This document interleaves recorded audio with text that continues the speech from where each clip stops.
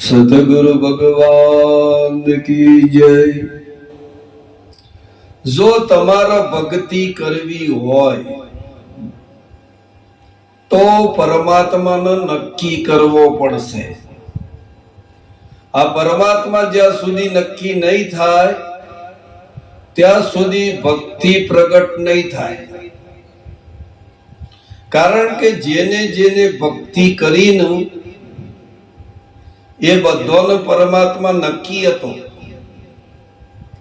જો નરસિંહ મહેતા ભક્તિ કરી પ્રગટ, સાહેબ પરમાત્મા નક્કી હતો એટલે મેળ પડી ગયો।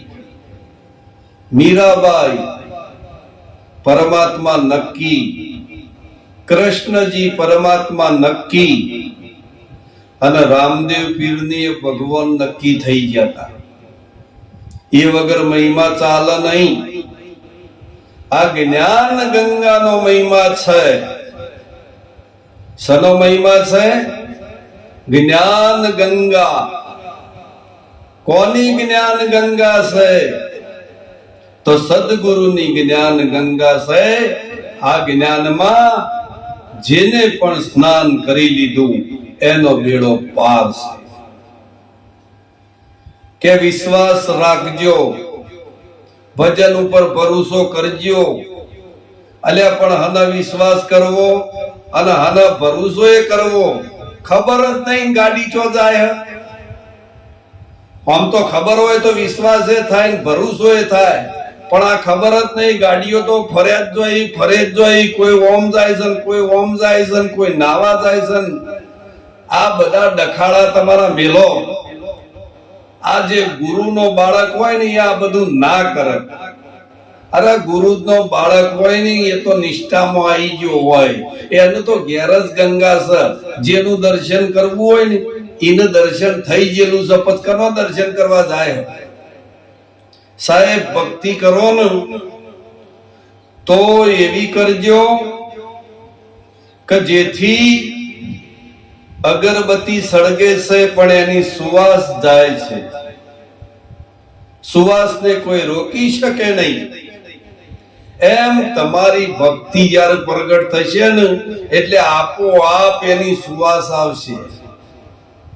આ ગુરુની ભક્તિ છે સાહેબ। આપણે ગુરુની ભક્તિ કરતા નહીં, બીજો બધો વળી ગયા છીએ।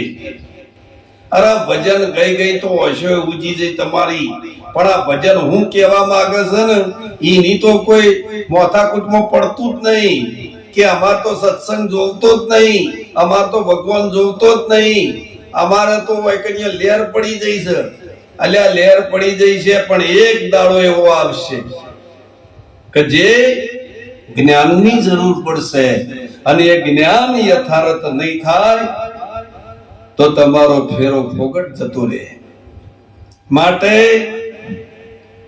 તમે જે કરતા હોય એ એક જ પકડો, બધું પકડવાનું નહીં। આ તો જુદા જુદા દેવળ ને જુદા જુદા ભગવાન ને આવું તો સદગુરુ એ બતાવ્યું જ નહીં।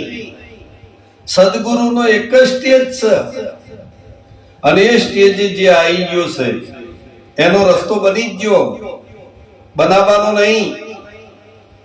અરે સદગુરુ નું કીધું જો તમે કરો ને તો પસ્તાવાનો વારો તમારો નહીં આવે। પણ સદગુરુ એ કીધેલું તમે નહીં કરતા ને એટલે ખાડામાં પડ્યા હો। સાહેબ બોબાલ શું કરવા કરો છો? સદગુરુ એ બતાવ્યો એ પ્રમાણે રસ્તો ચાલો તો એમાં કોઈ ભરતી ઓટ આવતી નથી। આ તો પ્રગટ પરમાત્માની ભક્તિ છે, અને સદગુરુ એ પ્રગટ છે, અને તમારા માટે કહેતા હોય। પણ જો તમે જીરવી શકો તો આ તો ગુરુ બાળીને જ નાહી જોઈ। અલ્યા ઓનચિયાદાર રસ્તો મળવાનો હ?